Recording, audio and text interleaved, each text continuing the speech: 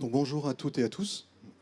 Damien Dubreuil, je suis le proviseur du lycée pilote innovant international de Genève-Marigny, qui est situé tout près. J'ai le plaisir d'avoir été sollicité pour animer ce temps d'échange où nous vous proposons de parler de l'espace et des pédagogies qui vont pouvoir s'entrecroiser peut-être dans le cadre du dispositif Classe dehors. Je vais laisser le soin aux invités de la table ronde de se présenter. Madame Missire. Eh bien, donc, Marie-Caroline Missire. Ça fonctionne ou pas? Non. Oh, on a fait comme on m'a dit. On va essayer celui-là. Et là, oui. Donc, Marie-Caroline Missire, directrice générale de Réseau Canopé, qui est l'opérateur du ministère de l'Éducation nationale, en charge de la formation tout au long de la vie des enseignants.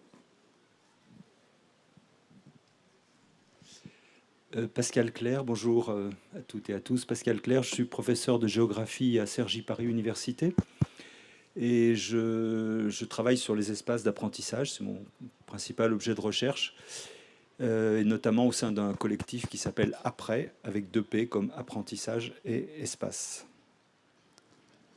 Monsieur Clerc, est-ce que vous avez le micro? Je le garde. Merci. Est-ce que je peux en profiter pour vous demander de peut-être remettre dans un cadre historique la question de la forme scolaire? Oui, alors la forme scolaire, c'est une notion qui est travaillée par un sociologue d'abord qui s'appelle Guy Vincent. C'est lui qui a popularisé cette notion. Et par la forme scolaire, il définit ce que l'on connaît tous et toutes, ce qu'est l'école aujourd'hui. Et ce qui me paraît extrêmement important dans son travail, c'est d'abord le fait que ce soit une invention récente.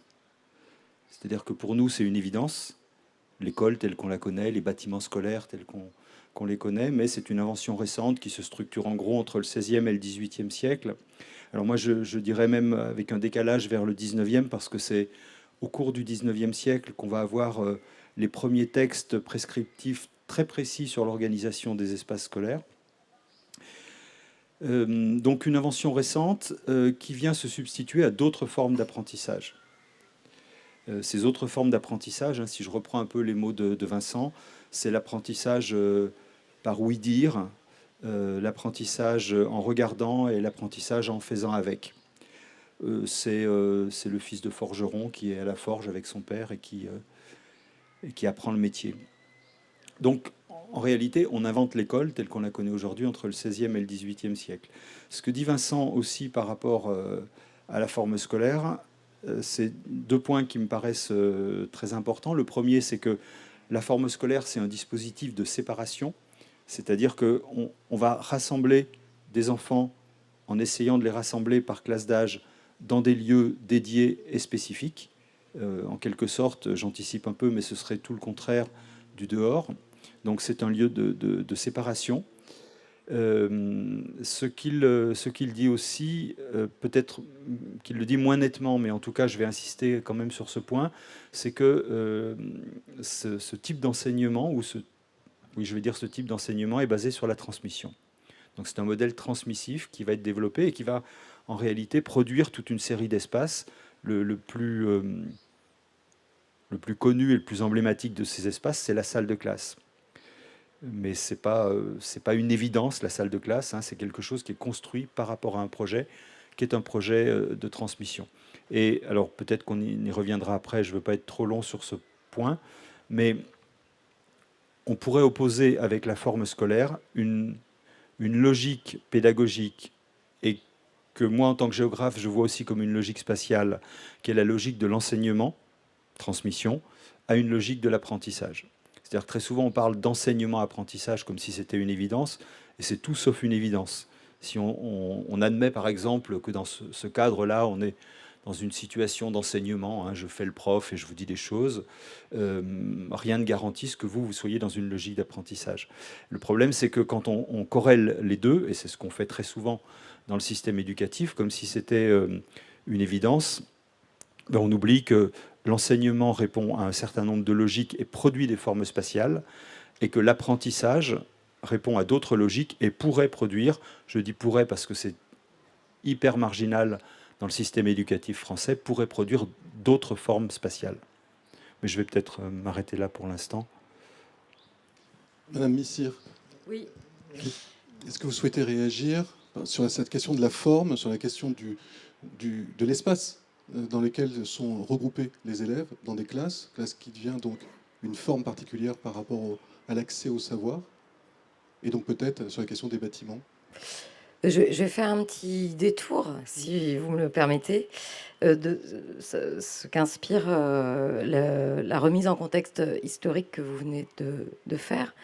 Euh, il faut voir qu'on est plus récemment dans un contexte, c'est ce que montre bien ces rencontres internationales de la classe d'or qui sont organisées pour la première fois, il me semble, ici à Poitiers, tout à fait singulier et que j'ai vécu, moi, en tant que directrice générale de cet opérateur, qui nous a permis de nous emparer de cette question de la classe dehors, en lien avec la forme scolaire, qui est une expertise plus ancienne que nous avions dans le réseau Canopé. Ça veut dire quoi? Ça veut dire que très concrètement, ça fait plusieurs années qu'on aide les équipes éducatives, en lien avec les collectivités, à travailler sur des projets de refonte des bâtiments scolaires, d'aménagement des espaces scolaires autour d'outils comme Archiclass, que vous connaissez peut-être.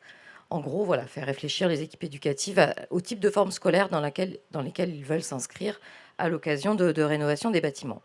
Et bref, pourquoi tout cela s'est invité plus récemment dans notre contexte? Je vais vous dire voilà ce qui s'est passé pour moi en tout cas. Je venais d'arriver à Canopé. On était en avril 2020, donc ça vous rappelle un épisode qui nous a tous marqués, qui s'appelle le Covid et la crise sanitaire. Et je reçois un appel du cabinet du ministre de l'époque qui nous demande, donc on est au début du printemps 2020, au moment où donc on organise la sortie de ce qu'on a appelé le confinement, et y compris du point de vue scolaire, c'est-à-dire cette fin de cette période stricte de confinement et le retour en classe. Et le cabinet du ministre m'appelle en me disant, bon, on a besoin de formation et de ressources pédagogiques pour organiser la classe dehors. Et à ce moment-là, dans ce contexte-là, la classe dehors, qui est par rapport à, justement à un ancrage, un contexte historique particulier, qui a quelque chose de transgressif, ou en tout cas qui renouvelle les pratiques, la classe dehors est une solution, dans un contexte bien particulier de crise sanitaire, de désir d'école aussi, et comment faire l'école en surmontant toutes les contraintes que je ne vous rappelle pas, c'est récent, liées au Covid, de protocoles, etc., etc. Et c'est comme cela que nous, à Réseau Canopé, fort de cette expertise qu'on avait dans le réseau sur la forme scolaire, on s'est remis à travailler sur des formations très concrètes, très pratiques pour répondre à cette question. Je dois faire la classe dehors demain, j'ai une classe de CE2, comment je fais? Où est-ce que je peux me former très rapidement parce que c'est la semaine prochaine, etc. Et parce qu'on est dans un contexte où, au printemps 2020, il n'y a pas de grand plan de formation proposé par ailleurs. On s'adapte. Et ça a été extrêmement intéressant pour nous, évidemment, pour du coup proposer cette offre de formation qui aujourd'hui, vous allez pouvoir la découvrir tout au long de ces rencontres, puisque nos formateurs sont là, et sont là aussi pour échanger avec les enseignants et revenir aussi sur leurs pratiques. Et ça a été très, très structurant pour notre réseau. Et moi, voilà, ça me fait dire aussi qu'on peut tisser ce fil en se disant que cette classe dehors, elle a été remise dans cet agenda finalement politique via la crise sanitaire, et qu'aujourd'hui, autre crise écologique, celle-là, de nouveau, la classe dehors s'invite comme une modalité pédagogique qui fait écho à des problématiques très vives, aussi bien pour les élèves qui interrogent leurs enseignants sur la protection de l'environnement, qu'est-ce qu'ils peuvent faire, comment s'emparer de ce sujet, et du coup comment faire le lien entre des apprentissages, des savoirs scolaires et leurs préoccupations. Et là, la classe dehors devient aussi un moyen de donner du sens à tout cela via une éducation in situ dans un espace naturel. Ces deux exemples où la classe dehors comme modalité pédagogique devient une solution ou une façon de répondre à une évolution très rapide et non anticipée de la forme scolaire. Monsieur Clerc, est-ce que vous voulez réagir? Le classe dehors, qui, comme vous venez de le décrire, revient au devant de la scène, je dirais, sur les questions de suite du cadre sanitaire, sur les enjeux environnementaux. Est-ce que de manière un peu provocante, mais vu qu'on en a parlé en amont, est-ce que la classe dehors, c'est pareil que la classe dedans?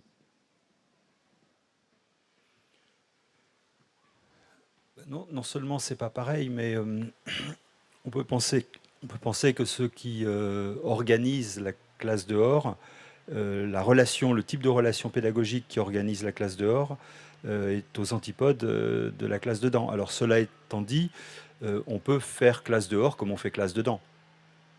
Hein. C'est un peu compliqué, mais on peut le faire. C'est-à-dire qu'on va se débrouiller pour mettre des tables en autobus. On peut même sortir un tableau qu'on mettra derrière nous.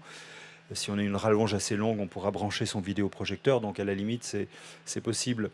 Mais pour moi, c'est un modèle qui est antagoniste. Pour une raison relativement simple, c'est que quand on a pensé la forme scolaire, on l'a pensé autour d'un modèle enseignement, comme je le disais tout à l'heure, et pas d'un modèle apprentissage. Mais ça avait ses raisons, c'était très cohérent avec l'époque. Je le répète, 19e siècle ou plus tard, on est au 21e siècle et on est toujours sur ces mêmes modèles. Mais quand on a pensé la forme scolaire, on l'a pensé autour de la salle de classe, ou plutôt de la classe. La classe qui est un triptyque au minimum, voire un quadriptyque, avec 4 éléments qui sont difficilement dissociables. Le temps, l'heure de classe, l'espace, la salle de classe, le groupe classe et le contenu, l'enseignement, la discipline. On peut parler de faire classe. Donc quand on dit classe, il faut avoir à l'esprit qu'on a ces 4 éléments qui vont ensemble. Et pour un chef d'établissement, dire que ces 4 éléments vont ensemble, ça fait forcément sens, parce que si on touche à un des éléments, on risque d'être amené à toucher à tous les autres. Et le casse-tête des emplois du temps, qui est peut-être d'ailleurs un casse-tête encore plus grand aujourd'hui qu'il y a 20 ou 30 ans, il est aussi lié à cela. Bref, par rapport à cette conception du modèle enseigné autour de la classe, ce que je veux dire par là, c'est que c'est fait pour ça. C'est-à-dire qu'on pense les bâtiments scolaires autour de la classe, on ne pense pas le reste. Et encore aujourd'hui, je vois malheureusement des espaces scolaires dans lesquels on ne pense pas le reste. Le reste, ce sont les toilettes, c'est la cantine, c'est la cour, ce sont les couloirs. Ce n'est pas la peine que je développe, vous voyez forcément à quoi on peut faire référence. Donc on ne pense pas toujours le reste. Alors je suis peut-être un peu pessimiste, ça change, mais lentement. On pense la classe, parce que la classe, je le répète, c'est fait pour ça. C'est orienté, il y a un tableau, normalement, qui est derrière l'enseignant. Les tables et les chaises sont orientées en direction de l'enseignant. Bref, c'est fait pour ça. Le dehors, en quelque sorte, c'est le contraire. C'est-à-dire que le dehors n'est pas adapté. Et c'est là que ça devient intéressant, parce que dans la mesure où ça n'est pas adapté, ça veut dire que pour les élèves et pour l'enseignant, il va y avoir un apprentissage important qui est l'adaptation.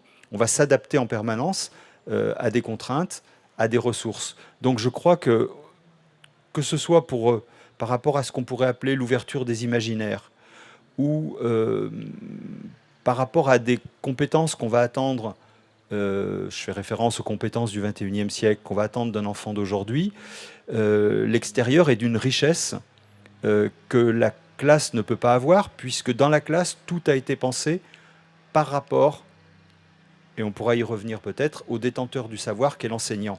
Dehors, qui est-ce qui détient le savoir? C'est l'arbre, c'est l'oiseau, il est partout ce savoir, on va pouvoir s'en saisir d'un peu partout. Dans la salle de classe, on crée une situation que j'appellerais une situation de dépendance par rapport aux enseignants. Alors cela étant dit, ça fait un siècle que des pédagogues travaillent autrement.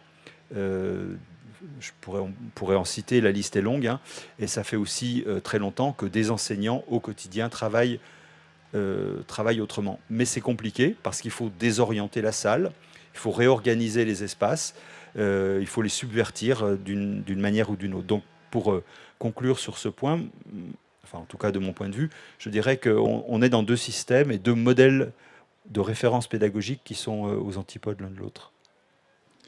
Et nous échangions tout à l'heure et nous disions que ce dedans-dehors était caricatural et volontairement j'ai utilisé ce terme-là parce qu'on est bien sur le dehors de la salle de classe et l'établissement, en effet, avec tous ces lieux interstitiels, peut aussi endosser beaucoup des points forts, si je peux dire, de la modalité dehors. Et j'étais clair. Sur la question du capacitant, des espaces capacitants qui permettent de développer de nouvelles compétences, est-ce que vous souhaitez réagir, Madame Missire, sur cette question de la classe dehors, comme un nouvel espace propice? Nous, ce qu'on a pu constater, et les formateurs qui sont avec nous le diront bien mieux que moi, c'est qu'effectivement, on est sur, je disais tout à l'heure, alors, réponse à une situation particulière, mais évidemment, c'est une modalité pédagogique. Donc, nous sommes convaincus, à Réseau Canopé, que faire classe dehors, ça doit faire l'objet d'un accompagnement, d'une formation. Si vous écoutez les enseignants, ils vous diront que ça demande énormément de préparation. Donc, évidemment, pour l'enseignant, c'est un espace, ou en tout cas un objet de développement professionnel très intéressant. J'ai donné quelques exemples. L'exemple un petit peu, comment dire, qui vient assez vite à l'esprit en ce moment, c'est évidemment autour des questions liées à l'EDD, l'éducation au développement durable, à la transition écologique, mais évidemment pas seulement. C'est-à-dire, quand M. Clerc dit on va changer effectivement la posture, en tout cas réinventer la forme scolaire, qu'est-ce que ça veut dire? Ça veut dire que l'enseignant accepte de se mettre dans une situation différente, de mettre son corps dans une position différente. Alors là, c'est pas un bon exemple, parce que nous, on est sur une estrade, on est dehors, et vous êtes à nous écouter. Voilà, mais peut-être qu'on pourrait imaginer d'autres modalités en occupant l'espace.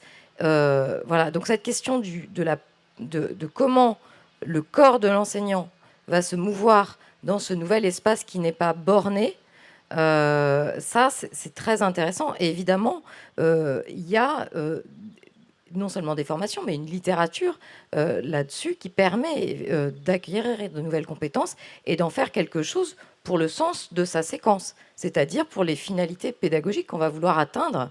Voilà. Et ce qui me semble ressortir aussi de ces expériences de classe dehors, qui là encore ne sont pas récentes, et on va avoir pendant ces journées des retours d'expériences très, très concrets. On en a eu tout à l'heure d'une enseignante libanaise qui nous expliquait comment elle avait appréhendé cela dans le contexte particulier du Liban. Ça donne des choses très différentes, mais je crois que ce qui est intéressant pour répondre aux préoccupations des élèves, je reviens à cette question du lien et du sens, c'est-à-dire peut-être sortir de cette opposition schématique entre dedans avec des savoirs comment dire académiques figés et dehors avec des apprentissages ou des savoirs qui vont être mis en action en lien avec un environnement. C'est-à-dire à quoi va servir le savoir que j'ai acquis dans une démarche d'expérimentation, par exemple. Je pense évidemment à la SVT, par exemple. Je pense à un certain type de savoir qui vont pouvoir être mis en action dans un environnement précis. Donc cette dialectique entre le dedans-dehors, entre forme scolaire traditionnelle et espace réinventé, permet d'ouvrir énormément de pistes pédagogiques. Ce qu'il faut bien redire, c'est qu'on a un devoir de formation par rapport à ça, pour ne pas passer ni pour des doux rêveurs ou pour des expérimentateurs. On est bien face à des besoins éducatifs, à des élèves. Et effectivement, il faut répondre aussi à ce que nous disent les enseignants. Je vais vous donner un exemple extrêmement concret. Mais l'heure de classe est ce qu'elle est.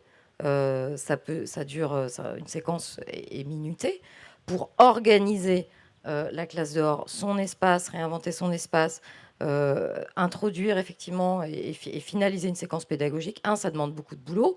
mais ça demande aussi on n'a pas le droit à l'hésitation finalement dans ces espaces-là. Donc, enfin, on n'a pas le droit à l'hésitation.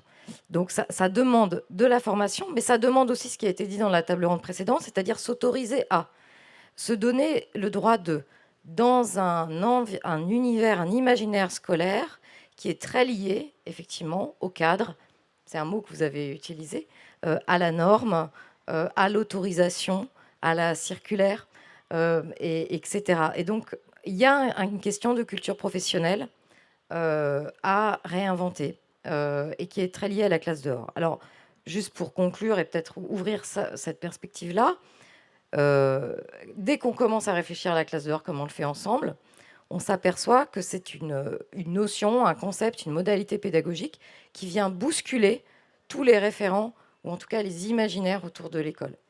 On a parlé du dedans, dehors. On a parlé savoir, apprentissage. On pourrait parler des modes d'évaluation aussi. Qu'est-ce que cela vient dire des modes d'évaluation? On pourrait parler aussi des relations entre les collectivités et l'éducation nationale. Quand on doit réinventer la forme scolaire, ça veut dire quoi? Ça veut dire rénover des bâtiments, revégétaliser une cour d'école. Eh bien, il y a plein de conséquences extrêmement pratiques. Et là, je vais sortir des considérations pédagogiques, mais très concrètement, si vous mettez des élèves dehors dans une cour végétalisée, bon, bah, ils vont avoir des vêtements un petit peu plus sales, des chaussures un petit peu plus crottées. Donc, qui va enlever les chaussures quand on est en maternelle pour rentrer dans la classe? Ben, la TSEM. Qui va nettoyer aussi les espaces scolaires? Ça fait plus de nettoyage. Qui paye le nettoyage des locaux scolaires? C'est la collectivité. Bon, tout ça, ce sont des questions qui se pensent et qui ne se pensent pas en silo. Ce n'est pas la collectivité toute seule qui va penser à ça, puisque les gens travaillent ensemble. La TSEM travaille avec la prof. Donc, il faut bien les penser ensemble, ces questions.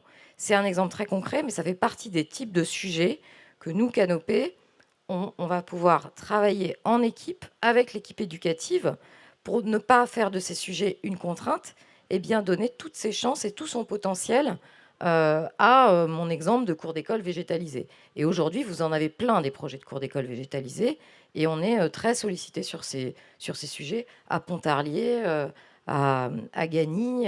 Voilà, j'ai beaucoup d'exemples de villes qui nous sollicitent pour faire travailler les équipes éducatives ensemble.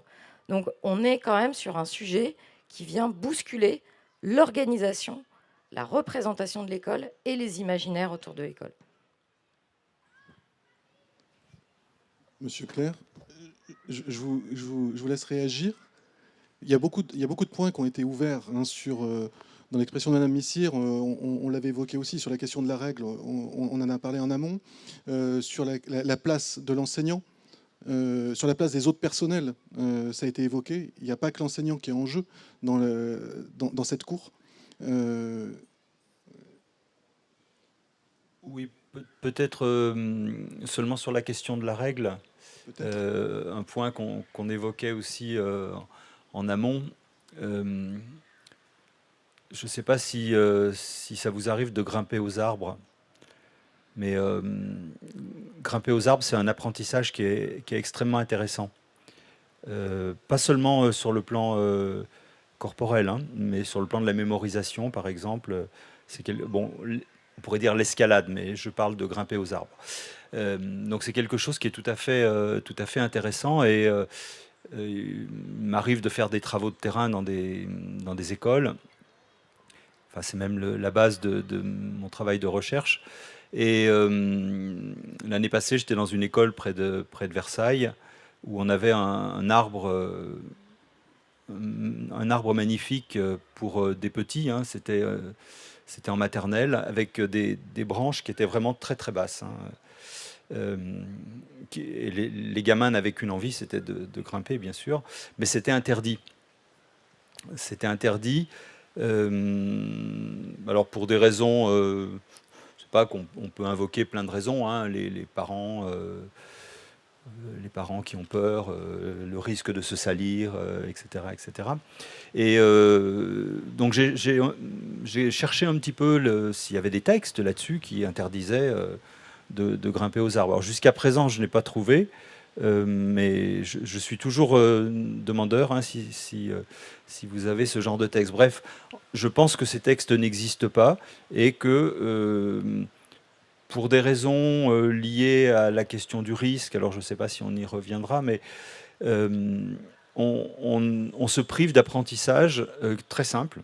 Hein, alors bien sûr, c'est pas possible avec tous les arbres, mais on pourrait détourner ça vers des structures, hein, qui pourraient exister dans des cours. On se prive d'apprentissage très simple en invoquant un certain nombre de règles qui n'existent peut-être pas. Je mets une casquette de chef d'établissement 2 secondes sur celle de l'animateur, simplement pour dire, oui, en tant que chef d'établissement de second degré, on est responsable des biens et des personnes. Et à ce titre-là, à chaque instant, on doit s'assurer du bien, des biens et des personnes, et mon lapsus, et du bien des personnes. Et donc, il y a un moment, se poser la question de où est la notion de risque, qu'est-ce qu'on peut autoriser, qu'est-ce qui est interdit. Il y a ce qui est interdit, c'est clair, mais ce qu'on peut faire. Je donnais comme exemple une expérience précédente où il a été décidé de construire dans un espace de la cour une mare gigantesque construite avec les élèves, construite avec les enseignants, construite avec les parents. Donc là, on est vraiment dans une sorte de coéducation. Et puis il y avait cet enjeu du risque. Si l'élève va tomber dedans, il risque de. Donc en regardant un petit peu, il n'y a pas de cadre. Le seul cadre, c'est le chef. C'est-à-dire que le chef engage sa responsabilité dans le risque. Alors certes, il y a une jurisprudence qui pose aussi la question de l'intrusion de personnes hors temps scolaire et qui risqueraient, donc il y a un engagement. Sur cette question du risque, je pense qu'il faut essayer, on peut tenter, il y a une marge de manœuvre qui est très importante, et pour permettre de s'emparer des espaces extérieurs, au-delà de la classe dehors, ça peut s'improviser, mais après, il faut que ça s'anticipe. Et je reviens sur la question des espaces et du temps. Si on veut que la séquence pédagogique puisse se faire la plus facilement possible, il y a un moment, il faut qu'on arrive à le penser en amont et en équipe. Pour pas que ça soit une réaction individuelle ou une intention individuelle, mais aussi que le collectif, et là j'entends l'ensemble des personnels de l'établissement, on parlait des agents, etc., disent c'est naturel, on peut aller vers ces espaces-là, on peut aussi préserver des espaces pour, et on peut aller jusqu'à les aménager. Voilà, c'était simplement une réaction sur le risque. Et par contre, la question du gain et de la plus-value, pour le vivre, voilà, ça fait à peu près 10 ans que je côtoie des collègues qui sont dans cette démarche-là. La plus-value, elle est très forte. Et pour moi, elle est tout à fait en lien, et je l'ai dit, et du coup, à chaque fois, j'en profite pour en parler, avec cet enjeu des compétences psychosociales. Parce que être dehors, c'est bien sûr être sur les 3 champs des compétences psychosociales. On est dans le cognitif, ça j'en suis persuadé. On est dans le relationnel, c'est certain, mais on est aussi beaucoup dans l'émotionnel. Et dans la salle de classe, je ne suis pas sûr que ce soit l'endroit où les émotions soient les plus faciles à mettre en œuvre, ou en tout cas que le spectre soit un peu plus restreint. Vous voulez réagir, Madame Messire? Oui, c'est très, très intéressant comme votre retour. Euh, je me dis aussi, j'ajouterais bien à votre réflexion, une question un peu provocatrice, hein, volontairement. Est-ce qu'on est sur un truc de bobo? Parce que c'est quand même quelque chose qu'on peut nous renvoyer à un moment donné. Pardon, hein, de le dire comme ça, mais vous allez voir où je vais arriver. Oui, peut-être. J'ai 2 exemples qui me viennent en tête et qui me font dire qu'effectivement, le travail en collectif, la formation, les 3 dimensions que vous venez de donner, hein, cognitive, émotionnelle, relationnelle, sont aussi à expliciter pour ne pas qu'en faire une modalité anecdotique, une initiative personnelle, il fait beau, enfin voilà, ça peut être ça, mais ça peut être aussi quelque chose de beaucoup plus ambitieux, comme on essaye de le montrer dans cet échange. Et par rapport à cette affaire de Bobo, pardonnez-moi de le dire comme ça, je vais vous citer l'exemple qui m'a marqué ces dernières semaines, d'une école maternelle en Savoie qui a été choisie dans le cadre du dispositif Notre école faisons-la ensemble, qui a présenté un projet et donc qui est financé pour faire quoi? Pour faire une classe de découverte, une école maternelle et primaire. Vous me direz, bon, rien de... Est-ce qu'on est vraiment dans quelque chose d'extrêmement innovant? Et en parlant avec l'enseignante, j'étais sidérée de ce qu'elle m'a raconté. Donc on est en Savoie, on est à Cluses. C'est une école qui accueille pas mal d'enfants et qui est à côté d'une cité. Eh bien, les enfants qui sont scolarisés dans cette école ont peur de la nature. On est à Cluses, hein, c'est-à-dire on n'est pas, je ne parle pas d'un environnement purement citadin. Et pourquoi ils ont peur de la nature? Ils n'arrivent pas à l'appréhender parce qu'on est dans un environnement montagneux. Alors ici, on n'est pas dans un environnement montagneux, mais il y a quelque chose dans la culture de ces enfants qui fait très peur avec la montagne. Donc c'est ce que me traduisait l'enseignante. Donc voilà, ça vous sort un peu du truc Heidi dans la nature, et parce qu'on est dans un environnement où la nature est proche, elle va être appréhendée. Pas du tout. Et on est dans un contexte post-Covid, où les parents ont tenu leurs enfants à l'intérieur très longtemps, où dans certaines familles défavorisées, parce qu'on est face à un public très défavorisé, le seul recours éducatif, c'était le portable laissé sans médiation du parent. Les écrans, etc. Je ne vous refais pas l'article sur les écrans. Mais du coup, cette enseignante, elle est convaincue que pour faire avancer son équipe pédagogique, pour faire avancer son projet de classe et pour aider ses enfants, eh bien, la meilleure réponse, c'est une classe de découverte en immersion dans la nature, avec évidemment de la classe dehors.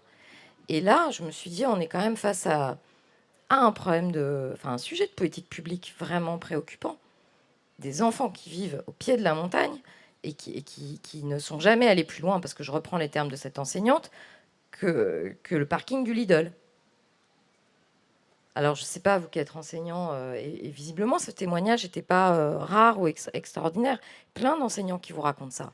Et là, eh bien, la classe dehors, c'est autre chose qu'une affaire de bobo, ou en tout cas, c'est une modalité pédagogique qui prend tout son sens pour les familles, pour le lien avec les familles aussi, et petit crochet aussi, pour réinvestir la question de la parentalité numérique différemment aussi, pour renouer avec l'espace d'une manière différente. Monsieur Clerc, sur cette confrontation au réel. Alors c'est peut-être pas tant de... Alors sur la question de la confrontation au réel, en effet, moi j'ai recueilli aussi un certain nombre de témoignages du même genre sur la peur d'un environnement qu'on appréhende mal, hein, qu'on saisit mal. Mais la question sur laquelle je voulais revenir peut-être, c'est la question des compétences psychosociales. Parce que je pense que là, on a affaire à un impensé qui est complètement construit dans le cadre de la forme scolaire. Je ne l'ai pas dit tout à l'heure, mais lorsque Guy Vincent essaye de comprendre comment ça marche et d'identifier la forme scolaire, il dit aussi qu'elle est complètement centrée sur le scriptural. Hein, donc on écrit. À l'école, on écrit. Les mots. Alors on écrit, on lit, hein, c'est la base et on le voit bien.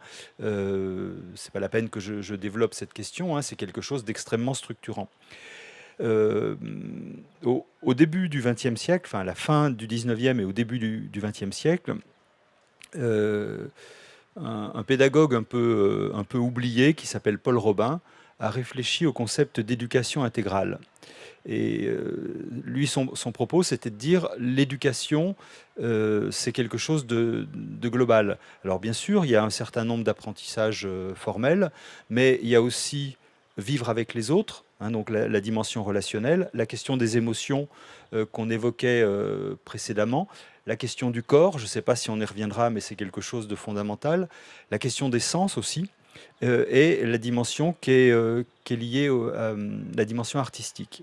L'éducation, voilà, c'est quelque chose de global. Et Paul Robin se voit confier la direction d'un orphelinat, enfin bon, qu'importe, mais en tout cas d'un lieu d'éducation. Et il va beaucoup développer dans ce lieu d'éducation des espaces alternatifs à la salle de classe. Parce que pour lui, et je pense que c'est encore pertinent aujourd'hui, pour lui, cette éducation intégrale ne peut pas se faire seulement dans une salle de classe. Donc on sort beaucoup. Bon, Célestin Freinet faisait la même chose avec ses élèves. Hein. On sort beaucoup, on fait les choses Et là, je pourrais renvoyer aux travaux de quelqu'un qui s'appelle David Hénon sur le faire. Il dit, un gamin ne sait pas faire. Pourquoi est-ce qu'on n'apprend pas à réparer des vélos à l'école? Pourquoi est-ce qu'on n'apprend pas à bricoler beaucoup plus? Il y a des pays très proches du nôtre, comme la Belgique, où il y a des ateliers avec des vis, des marteaux, des clous, des choses extrêmement dangereuses, mais qu'on va apprendre à utiliser. C'est beaucoup plus dangereux d'ailleurs de ne pas apprendre à les utiliser que d'apprendre à les utiliser. Et donc, on a besoin d'espaces alternatifs à la salle de classe pour pouvoir développer ces apprentissages-là, qui, je le précise au passage, font complètement partie des compétences du XXIe siècle. Et donc, le paradoxe dans lequel on est, me semble-t-il, un peu coincé aujourd'hui, et c'est pour ça qu'on a besoin de la classe dehors, me semble-t-il, c'est qu'on prépare, ou on est censé préparer aux compétences du XXIe siècle, donc des gamins qui vont vivre ce XXIe siècle en mobilisant un modèle du XIXe.